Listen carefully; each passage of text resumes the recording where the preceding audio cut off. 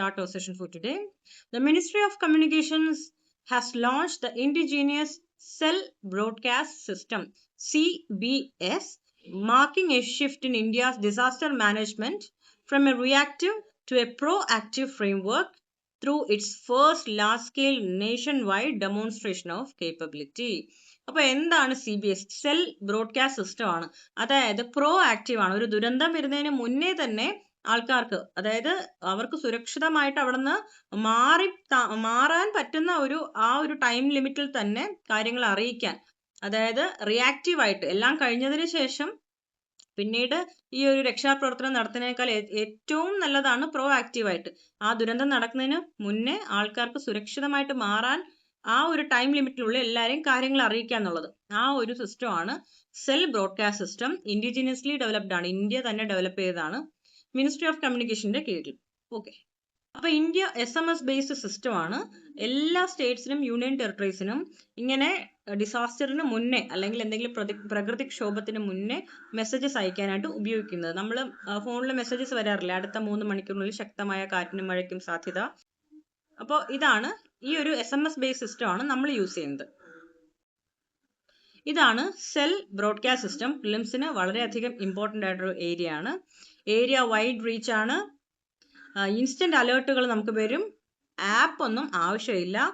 Internet connection പോലും ആവശ്യമില്ല. All SIM support, എല്ലാ സിമ്മിലും സപ്പോർട്ട് ചെയ്യും. മൾട്ടി ലാംഗ്വേജ് ആണ്. ലൊക്കേഷൻ ബേസ്ഡ് അലേർട്ട് സിസ്റ്റം ആണ്. ഇപ്പോൾ കേരളത്തിലാണെങ്കിൽ മലയാളത്തിലൊക്കെ ആയിരിക്കും മെസ്സേജസ് വരിക. ഓരോ ഏരിയയിലും ഏരിയ ബേസ്ഡ് അലേർട്ട് സിസ്റ്റം ഉണ്ടായിരിക്കും. വിസിറ്റർ ഫ്രണ്ട്ലി ആണ്. ഇപ്പോൾ ഫോറിനേഴ്സ് പോലും ഇവിടെ ഉണ്ടെങ്കിൽ അവർക്ക് പോലും ഈ മെസ്സേജസ് കിട്ടുന്ന ഒരു രീതിയിലാണ് ഇത് സെറ്റ് ചെയ്തിരിക്കുന്നത്. Key benefits of cell broadcast system. ഇതിന്റെ ബെനിഫിറ്റ്സ് എന്താണ്? റിയൽ ടൈം എമർജൻസി അലേർട്ട്സ് ഉണ്ടാവും. Immunity to network congestion. ഇപ്പോൾ നെറ്റ്വർക്കിന്റെ പ്രോബ്ലം അല്ലെങ്കിൽ നെറ്റ്വർക്ക് എറർ ഉണ്ടായാൽ കൂടി നമുക്ക് മെസ്സേജസ് ആൾക്കാരിലേക്ക് എത്തും. ലൊക്കേഷൻ ബേസ്ഡ് ടാർഗറ്റിംഗ് ആണ്. Forced visibility and unique alerts. നമ്മൾ ശ്രദ്ധിക്കാതെ പോയാൽ കൂടി നമ്മളെ അത് അലേർട്ട് ചെയ്യും. Send by authorised government agencies reduce fake news.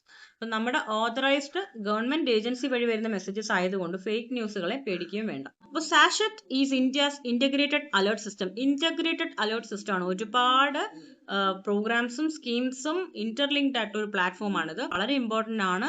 Developed for real time dissemination of disaster and emergency warnings. Real time ആയിട്ട് ഇപ്പോൾ അടുത്ത ഒരു മണിക്കൂറിൽ വരുന്ന ഡിസാസ്റ്റർ പോലും ആൾക്കാരെ അലേർട്ട് ചെയ്യാനായിട്ട് ഉള്ളൊരു റിയൽ ടൈം സിസ്റ്റമാണിത്. എന്തൊക്കെയാണ് ഇവരുടെ warnings? Emergency warnings, flash floods, tsunami or gas leak, എന്തിനെ പറ്റിയും എമർജൻസി വാർണിംഗ്സ് എല്ലാവരുടെയും ഫോണിലേക്ക് എത്തും without internet connection or without using our phone numbers. Kanha national പാർക്കിൽ ഒരു ടൈഗ്രസും 4 കപ്സും ചത്തുപോയിരിക്കുകയാണ്. എന്താണ് റീസൺ എന്ന് പറഞ്ഞാൽ CDV എന്ന് പറയുന്ന ഒരു ലങ് ഇൻഫെക്ഷൻ ആണ്, canine distemper virus.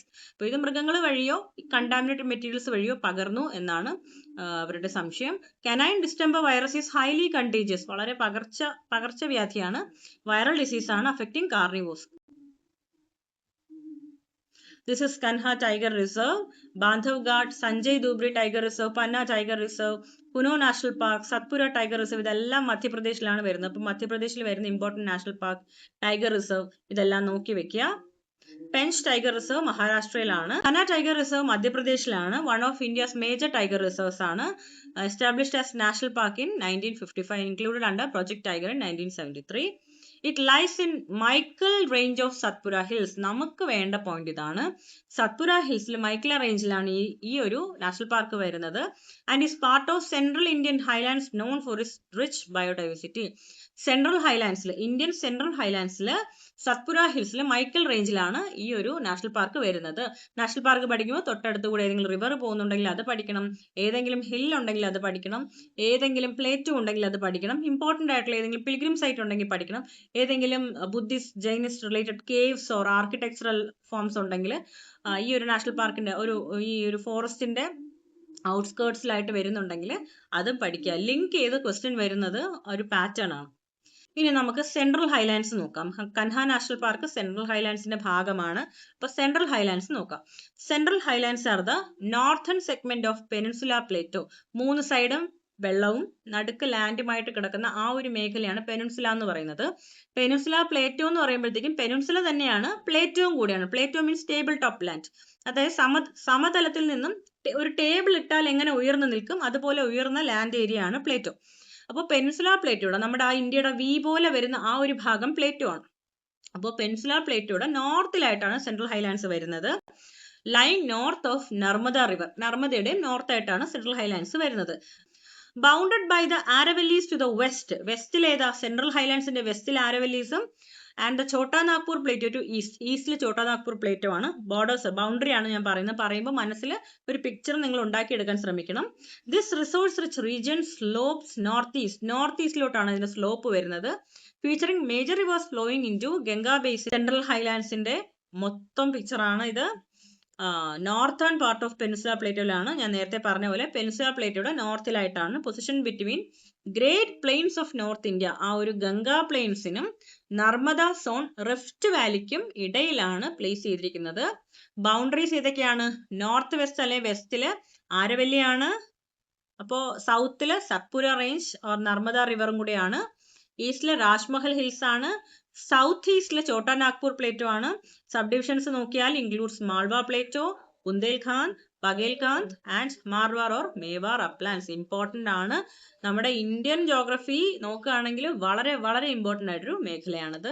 Frequent questions ചോദിക്കുന്ന ഒരു മേഖലയാണ്. അപ്പോൾ നമ്മളൊരു നാഷണൽ പാർക്കോ റിവറോ പഠിച്ചാൽ ആ ഒരു മേഖല മുഴുവനായിട്ട് ഇങ്ങനെ തറോ ആയിട്ട് പഠിച്ചു വെക്കുക. Major reverse and drainage.